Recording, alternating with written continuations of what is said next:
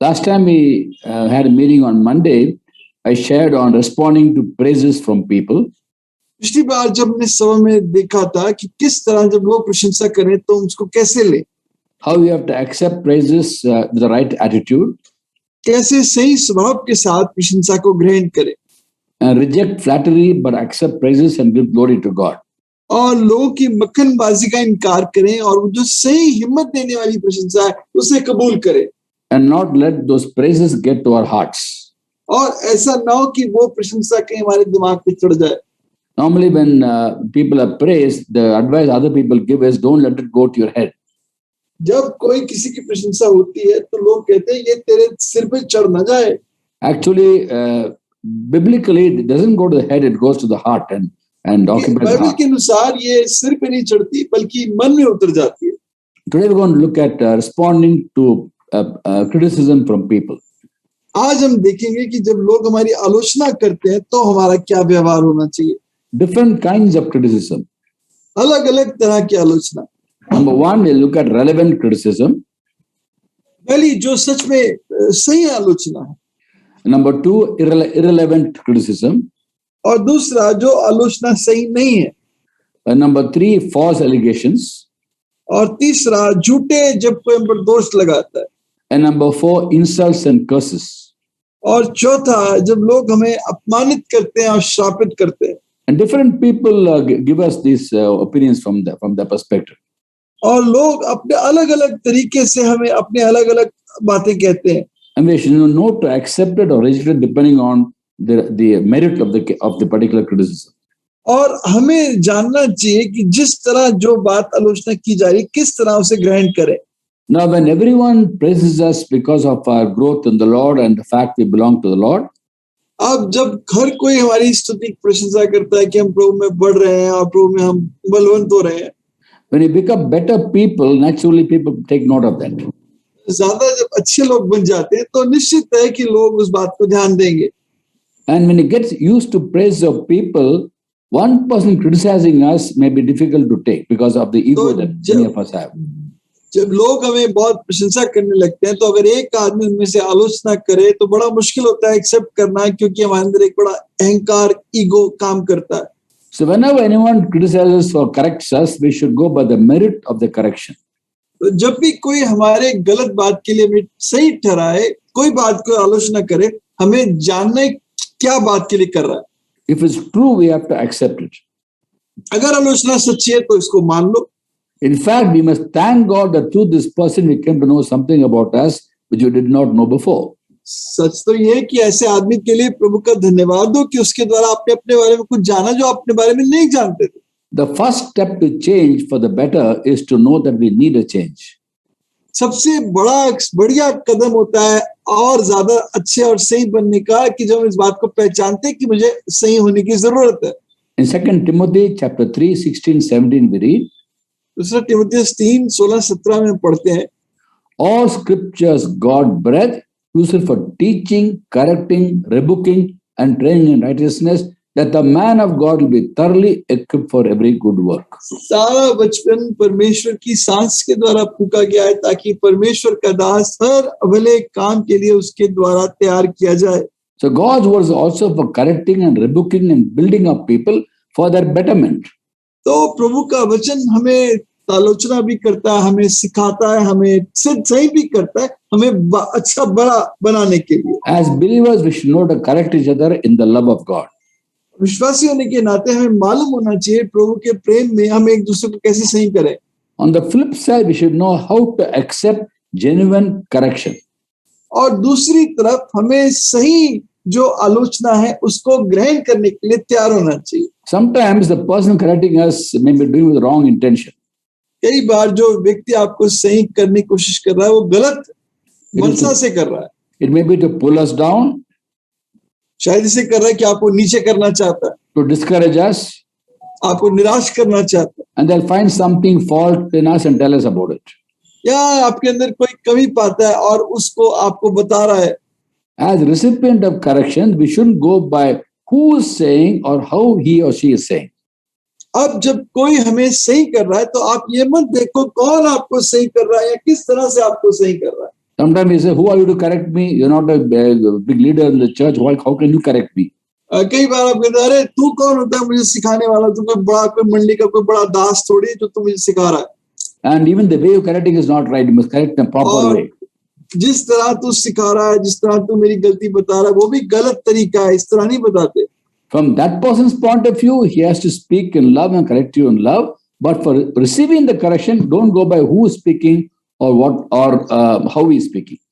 उस व्यक्ति की तरफ से जरूरी है कि जब वो कोई गलती बताए तो बड़े प्रेम के साथ उसको बताए, लेकिन आपकी तरफ से जरूरी है कि भले कोई भी आपकी गलती बताए, आपको उसको मानना चाहिए. What matters is the content of the correction. Is it relevant for me? Is it true of me? जो बात वो कह रहा है वो बात क्या सच है मेरे बारे में, ये बात जरूरी है. And if it is true, just accept it. और अगर सच है तो उसे मान लो. And then commit it to the Lord and say, Lord, this is my weakness, Lord. This person pointed out to me. Lord, change my weakness and make it a strength. और प्रभु के हाथ में सौंप दो, प्रभु से कहो प्रभु ये मेरी कमजोरी थी, मेरे इस भाई ने बहन ने इस बात को मुझे बताया, मेरी इस कमजोरी को ताकत में बदल डाल. In Hebrews 11:34 it says, by faith our weaknesses are turned into strengths. इब्रानियों 11:34 में लिखा है कि विश्वास के द्वारा हमारी कमजोरियां सामर्थ्य में बदल जाती. In fact, when someone corrects us, you thank that person for giving us a revelation of our weaknesses. बल्कि जब कोई हमारी गलती को हमें दिखाए तो हमें तो उसका धन्यवाद देना चाहिए कि आपके द्वारा प्रभु ने मेरी गलती का मुझे दर्शन दिया. And as long as we hunger to be right before God, you can be sure God will honor that. He will change us and make us even better people. और जब तक आपके अंदर एक भूख है कि आप प्रभु के सामने और सही और ठीक हो जाओ, प्रभु निश्चित आपकी उस बात को आपके जीवन में ठीक करेगा. The second correction is irrelevant correction, irrelevant talk about us. दूसरा आलोचना है जो बेसिर पैर की आलोचना है. There's no basis. उसका कोई मकसद नहीं है. And people talk against us, criticize for other reasons, not because of us. और लोग हमारी आलोचना किसी और कारण से करते हैं, हमारे लिए नहीं कर रहे. For example, in the book of Numbers chapter 12 we read, जैसे हम पढ़ते हैं गिनती 12 अध्याय में, Aaron and Miriam spoke up against Moses. Aron और मिरियम मूसा के विरोध में बोले. Has God spoken only to you? Has he not spoken to us also? क्या प्रभु ने सिर्फ तुमसे बात की, हमसे बात नहीं की? And the reason they were upset with Moses was because he married a Cushite wife. और इसलिए मूसा से नाराज थे कि उसने एक कुशी स्त्री से शादी कर ली थी. That Cush actually refers to Ethiopia, Upper Nile region, Ethiopia. और कुश जो था वो इथियोपिया के देश को जो ऊपरी नील नदी का इलाका है वो दिखाता है. And because he was married to a lady from that region, Aaron and Miriam spoke up against Moses. और क्योंकि उस इलाके से वो एक स्त्री शादी कर ली मूसा ने, तो हारून और मिरियम उसके विरोध में बोले. Then the question, did God spoken to you? Has not spoken to us also? और तब सवाल करते क्या प्रभु ने केवल तुझसे बात की, हमसे बात नहीं की? They criticized him because of that. इस बात के लिए उन्होंने उसकी आलोचना की. Because he married a Cushite wife, nothing to do with God speaking to him. ये बात कि उसने किसी कुशी स्त्री से शादी की, प्रभु के उससे बोलने का कोई तालमेल नहीं है. So first two verses of Numbers 12 tell us this thing, how Miriam and Aaron spoke up against Moses because he married a Cushite wife, nothing relevant to what his relationship with God was. तो पहली आयतें वहां पर दिखा रही है कि वो इस बात से उससे नाराज थे, उसने कुशी स्त्री से शादी की, पर इससे कोई लेना देना नहीं था. प्रभु ने उससे बात की, हमसे बात नहीं की. And verse 3 says, Moses was a very humble man, more humble than anybody else on the face of the earth. और तीसरी आयत में लिखा है कि मूसा सबसे दीन आदमी था, सब लोगों में सबसे नम्र मूसा ही था. And when Aaron and Miriam spoke up against Moses, immediately God called all three of them to the tent of meeting. और जब मिरियम और हारून ने मूसा के विरोध में बात की, मूसा ने प्रभु ने तीनों को प्रभु के तंबू के द्वार पर बुलाया. And he called them inside the tent. He called Miriam and Aaron inside the tent. और मिरियम और हारून को तंबू में बुलाया. And the Lord told them, when a prophet is among you, I reveal myself to him in dreams, speak to him, reveal in visions, speak to him in dreams. प्रभु कहता है कि जब मैं किसी नबी से बात करता हूँ, उसको स्वप्न के द्वारा और उससे मैं दर्शनों के द्वारा बात करता हूँ. But not so with my servant Moses. लेकिन मेरे दास मूसा के साथ ऐसा नहीं है। With him I speak face to face. उसके साथ तो मैं आमने सामने बात करता हूँ। God took up Moses' cause before Miriam and Aaron. परमेश्वर ने मूसा की बात को मिरियम हारून के सामने रखा। Moses kept quiet. He was a humble man. He kept quiet. He didn't react. मूसा बिल्कुल चुप रहा, उसने कुछ नहीं बोला। And the Lord questioned Miriam and Aaron, why were you afraid, were not afraid to speak against Moses, my servant? और वो प्रभु ने कहा मूसा के उसके बारे में कि तुम मूसा के विरोध में बोलने से डरे क्यों नहीं? And then Miriam became leprous. और उसके बाद मिरियम उसको कोढ़ हो गया। And Aaron pleads with Moses to pray to God to heal her. और हारून ने मूसा से विनती की, प्रार्थना कर हमारी बहन चंगी हो जाए। And Moses prays and God heals Miriam after 7 days. और मूसा प्रभु के सामने चिल्लाया, प्रभु ने मरियम को छूकर चंगाई दी। Again, we find one more example एक और उदाहरण देखते हैं of irrelevant criticism. एकदम बेसिर पैर की आलोचना। It is this time, it is his first cousin, Korah. ये यहाँ पर उसका जो पहला जो उसका जो एक दूर छोड़ उसका भाई था कोरा, उसने मूसा की आलोचना की। Now, Korah was Moses' first cousin. वो कोरा मूसा का कजन भाई था। Moses' dad was Amram and Korah's father was Isar. और मूसा का पिता अमराम था और कोरा का पिता इसाक था। And they are both brothers. दोनों भाई थे। And their father was Kohath. और उन दोनों का पिता कोहात था। So actually, Korah was the first cousin of Moses. तो कोरा तो वास्तव में उसके चचेरे भाई का बेटा था, उसका फर्स्ट कजिन था। And being the cousin of Moses, he must have been envious of Moses because God exalted Moses. और मूसा का कजिन भाई होने के नाते बड़ा उससे जलन रखता होगा कि प्रभु ने मूसा को इतना ऊंचा उठा दिया।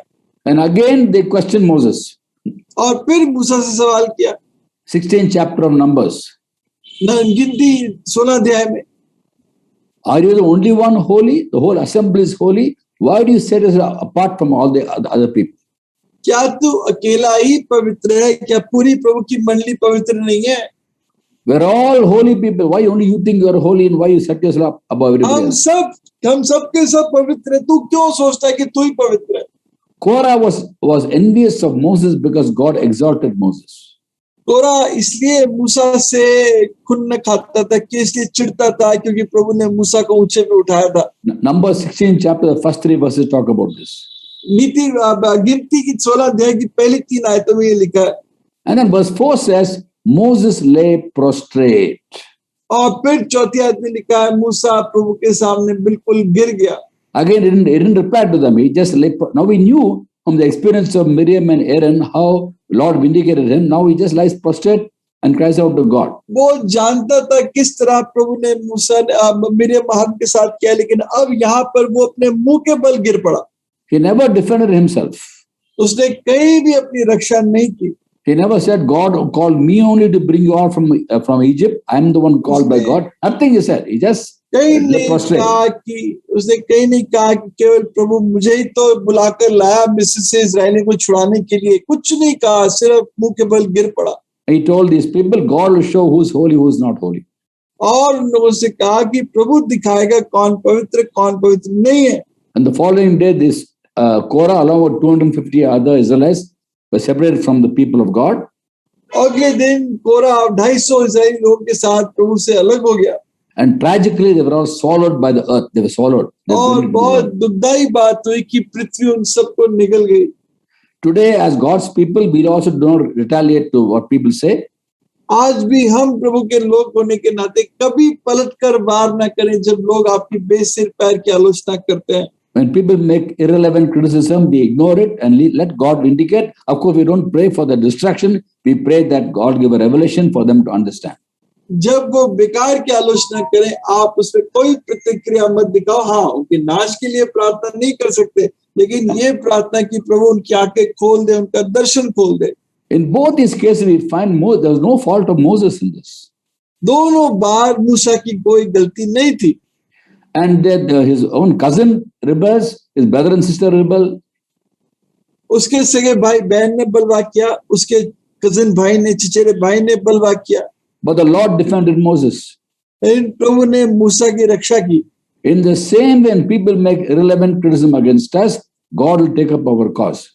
उसी तरह जब लोग हमारे विरोध में बलट सलट बेकार की बात आलोचना करते हैं, प्रभु अपने आप उसका फैसला करेगा। When you're right before God, He will vindicate you. जब आप प्रभु के सामने सही हो तो प्रभु आपको सही ठहराएगा भी। In Psalm 135, verse 14, we read, भजन 135:14 में पढ़ते हैं, God will vindicate His people, He will have compassion on His servants.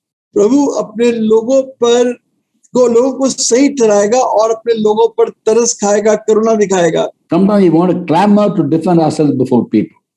कई बार हम बहुत उठकर खड़े होते हैं, अपने आप की रक्षा दूसरों के सामने अपना बीच बचाव करते हैं।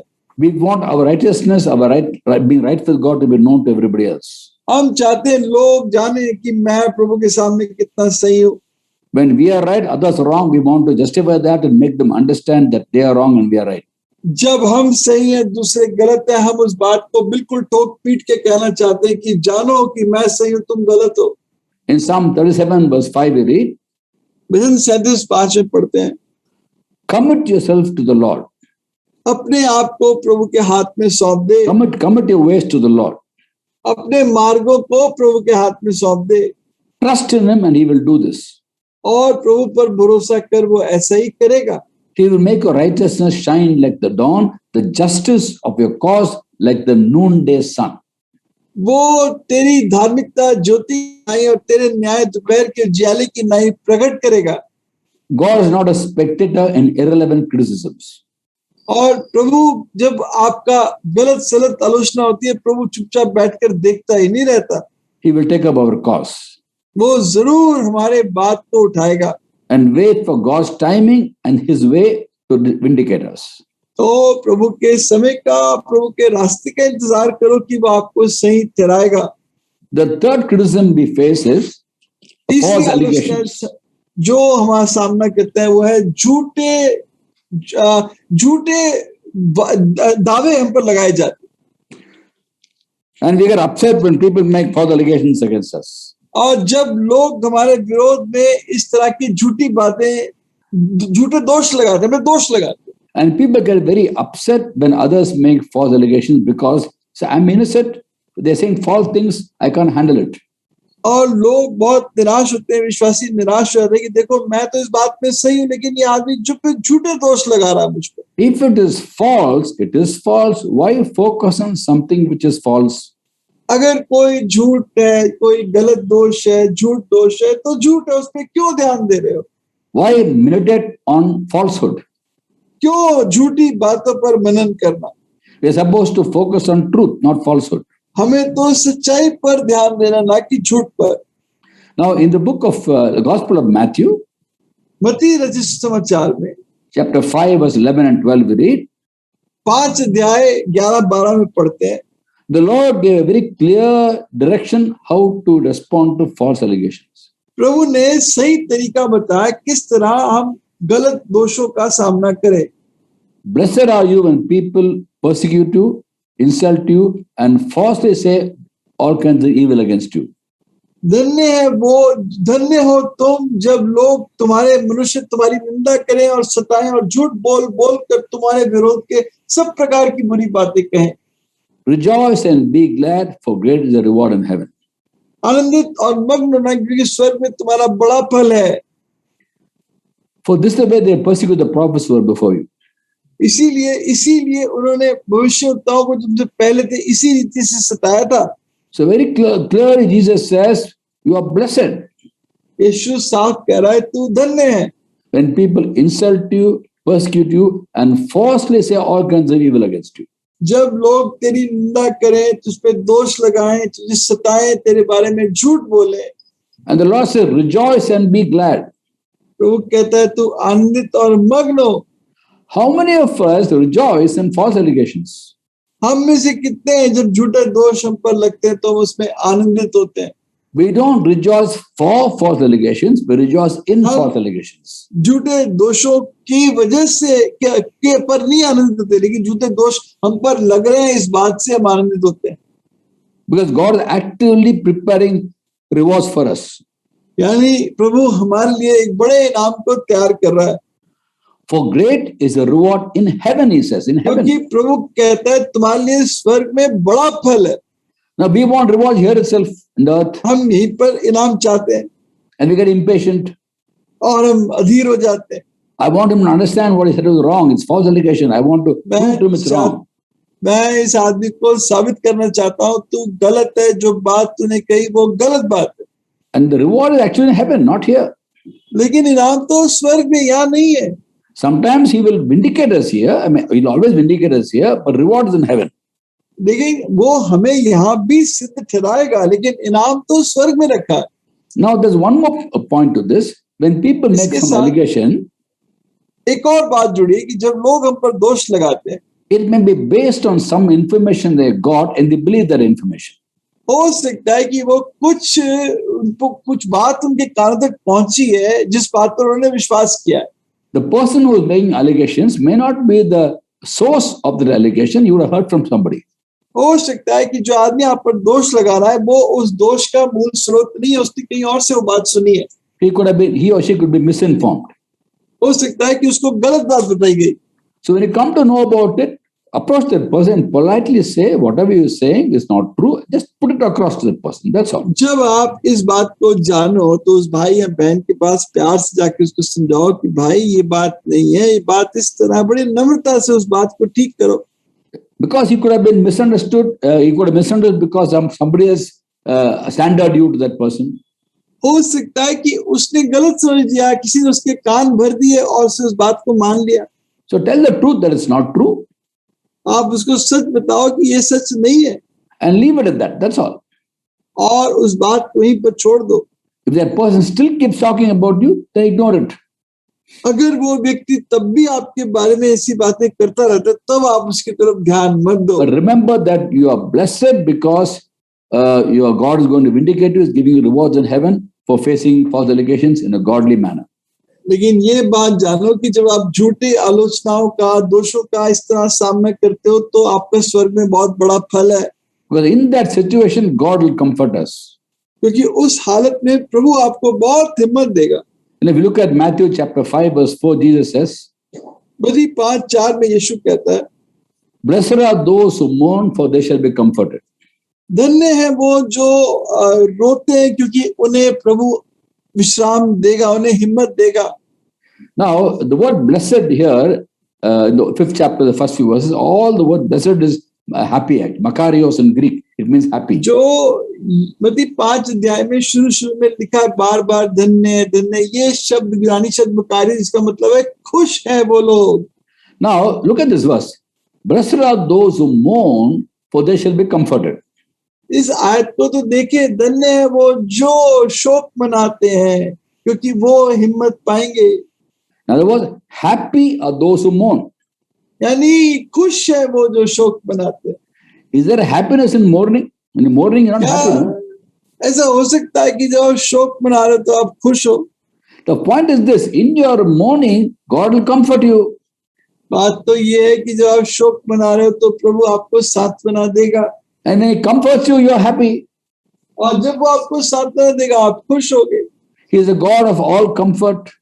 वो सारी सांत्वना का, हिम्मत देने का परमेश्वर है, He comforts us in all our troubles. 2 Corinthians और 1:3. हमारी सारी brother, can we repeat the portion? 2 Corinthians Chapter 1, verse 3 onwards. दूसरे कुरिन्थियों 1:3 से, जहां प्रभु ने लिखा है कि वो सब परिस्थितियों में आपको हिम्मत देगा। That verse says, the God of all comfort comforts us in all our troubles. वहां लिखा है कि सब सांत्वना का परमेश्वर आपको आपकी सारे दुखों परेशानियों में सांत्वना देगा। That's why in mourning we are comforted, and because we are comforted, we are happy. इसलिए तो जब हम शोक मनाते हैं तो हम उसमें प्रभु की सांत्वना पाते हैं, और क्योंकि वो पाते हैं इसलिए हम खुश हो जाते हैं। In the same way, when people make false allegations, you can get rattled up, you can get upset by it, but God will comfort you, say, I'm on your side, I'll vindicate you, and then again you are happy. and rejoice लेकिन and be glad. जब लोग आप पर इस तरह के दोष लगाते तो आप शोक में आ जाते हो, दुख में आ जाते हो, तो प्रभु आपको हिम्मत देता है, आप दोबारा आपका आनंद खुशी लौट कर आ जाती है। In fact, when people make false allegations against you, you are storing up treasures in heaven. बल्कि ये बात तो जानो कि जब लोग झूठे दोष आप पर लगा रहे हैं तो आप स्वर्ग में धन इकट्ठा कर रहे हो, And when you go to heaven, you'll find the reward there. और जब हम स्वर्ग पहुंचेंगे तो वो इनाम मुझे मिलेगा। So we rejoice and be glad even in false allegations. इसलिए झूठे दोषों में भी मैं और आप आनंदित हो। Number 4, चौथी बात, responding to insults and people doing evil to us. जब लोग हमारा बुरा करें और हमारा अपमान करें। In 1 Peter chapter 3 verse 9 we read, पहला पत्रस 3:9 में हम पढ़ते हैं, Peter writes, पत्रस लिखता है, don't repay evil with evil or insult with insult, but with a blessing. For to this you are called to inherit a blessing. बुराई के बदले बुराई मत करो, गाली के बदले गाली के बदले गाली दो, पर इसके विपरीत आशीष ही दो, क्योंकि तुम आशीष के बारे सुनने के लिए बुलाए गए हो। But respond with the blessing. एक आशीष के साथ उसकी तुम्हारी प्रतिक्रिया हो। And the Apostle Paul talks about his own ministry in 1 Corinthians 4 chapter 12 and 13. और पौलुस अपनी सेवकाई के बारे में पहला कुरिन्थियों 4:13-14 में कहता है, When we are cursed, we bless. जब हम शापित किए जाते तो हम आशीष देते, When we are persecuted, we endure. जब हम दुख उठाते तो हम उसको सह लेते, When we are slandered, we reply kindly, we respond kindly. और जब लोग हमें बुरा भला कहते तो हम बड़े दीनता से उसके प्रति व्यवहार करते हैं। Then he says, we are the scum of the earth, the refuse of the world. As far the world is concerned, we are the scum and the refuse. और हम तो इस संसार के जगत के कूड़े और वस्तुओं की खुरचन की नाई ठहरे हैं, But we are very precious to God. पर हम प्रभु के लिए बहुत बहुमूल्य हैं। So when you respond kindly to slander, God is pleased. जब आप बड़ी करुणा के साथ, दीनता के साथ बुरे दोष का आप सामना करते हो, प्रभु बहुत खुश होता है। When you bless people who curses, God is pleased. जब उनको आशीष देते हैं, जब वे श्राप देते हैं, प्रभु बहुत खुश होता है। When we endure persecution, God is pleased. जब हम दुख सतावन को सह लेते हैं, प्रभु बहुत खुश होता है। And the Apostle Paul understood this secret and he says, I delight in insults in 2 Corinthians 12 chapter verse 10. दूसरे कुरिन्थियों 12:10 में पौलुस कहता है, मैं इन निंदाओं में आनंदित होता हूँ। Very often I've shared this, I'll share once again. Why we bless people who curse us, who insult us? मैंने कई बार बात बांटी, फिर बांटता हूँ, हम क्यों उनको आशीष दें जो हमें श्राप देते हैं? Every time someone puts a curse on us, our God who loves us will change the curse and make it a blessing. जब भी कोई हम पर श्राप रखता है, हमारा प्रभु श्राप को बदल के आशीष में बदल देता है। When the Israelites came from Egypt and camped on the plains of Moab, जब मोआब के प्रदेश में इजरायलियों ने मिस्र से आकर वहां पर डेरा किया, Balak, king of Moab, employed Balaam to put a curse on the Israelites. Balak जो मोआब का राजा था, उसने बलाम को खरीदा ताकि वो इजरायलियों पर श्राप दे दे। The Israelites were in the plains of Moab. और इजरायली मोआब के प्रदेश में के वहां भूमि पर थे। And this group of people, Balak and Balaam and other people, are all on top of a mountain, looking down upon the country. बलाम ये सब लोग वहां पहाड़ी पर खड़े उनको देख रहे थे। From 3 different places, Balak asked him to put a curse on the Israelites. 3 अलग-अलग जगह पे बलाक ने बलाम को कहा इजराइल को श्राप दे। Every time Balaam tried to put a curse, it became a blessing. हर बार बलाम ने श्राप देने की कोशिश की, वो आशीष में बदल गया। At that time, Moses did not know what's happening on top of the mountain because there were something happening on top of the mountain where they are on the plains. उस समय मूसा नहीं जानता था पहाड़ी की चोटी पे क्या हो रहा है, क्योंकि वो तो नीचे समतल भूमि पे थे। God must have revealed to Moses what was happening. लेकिन प्रभु ने मूसा को क्या होगा, क्या हो रहा है? Because later on in the book of Deuteronomy, 23rd chapter, verse 5, we read. क्योंकि आगे डिट्रोनोमी व्यवस्था की पुस्तक के 5 अध्याय 25 आयत में हम पढ़ते हैं। 23rd chapter, verse 5 of Deuteronomy. माफ कीजिएगा, व्यवस्था 23 अध्याय 5 आयत में पढ़ते हैं। He's telling the Israelites, वो इजरायलियों से कह रहा है, when Balaam tried to put a curse, the curse became a blessing because God loves you. जब बलाम ने श्राप देना चाहा तो प्रभु ने उसको तुम्हारे लिए आशीष में बदल दिया। So God holds everything in his hands. प्रभु सब चीजें अपने हाथ में लिए हुए है। He will change people's curses and make it blessings for us. वो लोगों के श्राप को आपके लिए आशीष बना देगा। If one person puts 100 curses on you, you're getting 100 blessings. अगर कोई व्यक्ति आप पर 100 श्राप डाल दे तो आपको 100 आशीषें मिल रही हैं। So why not give one genuine blessing back? तो आप फिर पलटकर एक वास्तविक आशीष किसी को क्यों ना दे? Now what's the difference between blessing and curse? अब एक श्राप आशीष में क्या फर्क है? Blessing means speaking well of. आशीष का मतलब किसी के बारे में भला बोलना। Cursing means speaking ill of. श्राप का मतलब किसी के बारे में बुरा बोलना। When people speak ill of you, they do harm to you, then you bless them, you speak well of them. जब लोग आपका बुरा करते हैं, आपका बुरा बोलते हैं, तो आप उनके बारे में अच्छा बोलो, उन्हें आशीष दो। The usual excuse Christians give is, I don't feel like doing it. ज्यादातर बहाना विश्वासी देते हैं, अरे मैं ऐसा करना नहीं चाहता। That's why Christian life is by faith. इसीलिए तो लिखा है विश्वासी जीवन विश्वास का जीवन है। We may not feel like doing it, but because God said so, we do it.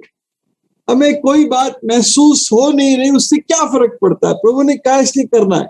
If you feel like doing and you do it, that's not obedience. That is because you feel like doing it. Anybody want अगर to do it? आपको अच्छा लग रहा है तो कर रहे हो, नहीं लग रहा है तो नहीं कर रहे हो, ये आज्ञाकारिता नहीं है, तो सिर्फ आपकी भावनाओं पर आधारित है। When you don't feel like doing and God says you do it, that is obedience. That is you subordinate your own will is best with God's will. जब आपका मन नहीं कर रहा तब भी आप उसको कर रहे हो, ये आज्ञाकारिता है। That is obedience. ये आज्ञाकारिता है। And sometimes obedience is going against your will and doing the will of God. It is opposite of what कई you बार will. आज्ञाकारिता का मतलब होता है अपनी इच्छा के विरोध में जाकर प्रभु की इच्छा को पूरा करना। So what happens when we bless people who curse us and bless people who insult and do evil to us? तो क्या होता है कि जब उन लोगों को आशीष देते हैं, जो हमें श्राप देते हैं, जो हम पे दोष लगाते हैं, We inherit a blessing from God. हम परमेश्वर से आशीष कमा लेते हैं। We grow it is not there are so many blessings of obedience to God. इतनी सारी आशीष प्रभु की आज्ञाकारिता से जुड़ी हुई।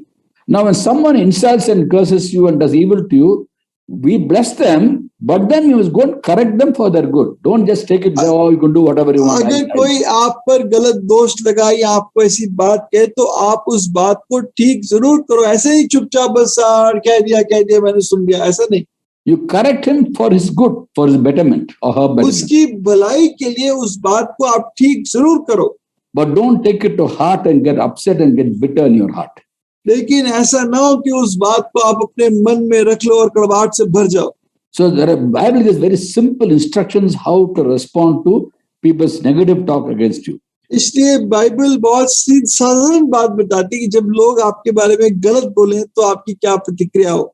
It's a book of life, and once you follow scriptures, you are on level ground, you are harmonious with people, and you don't get anything affect your heart. ये जीवन की पुस्तक है जो आपको समतल भूमि पे बनाए रखती है। जब आप इसके साथ चलते हो तो आप एक समतल जीवन जी सकते हो। May God bless us as we take His word seriously. प्रभु हमें आशीष दे, प्रभु के वचन को बड़ी गंभीरता से लेते हैं। God bless you all. प्रभु आपको बहुत आशीष दे।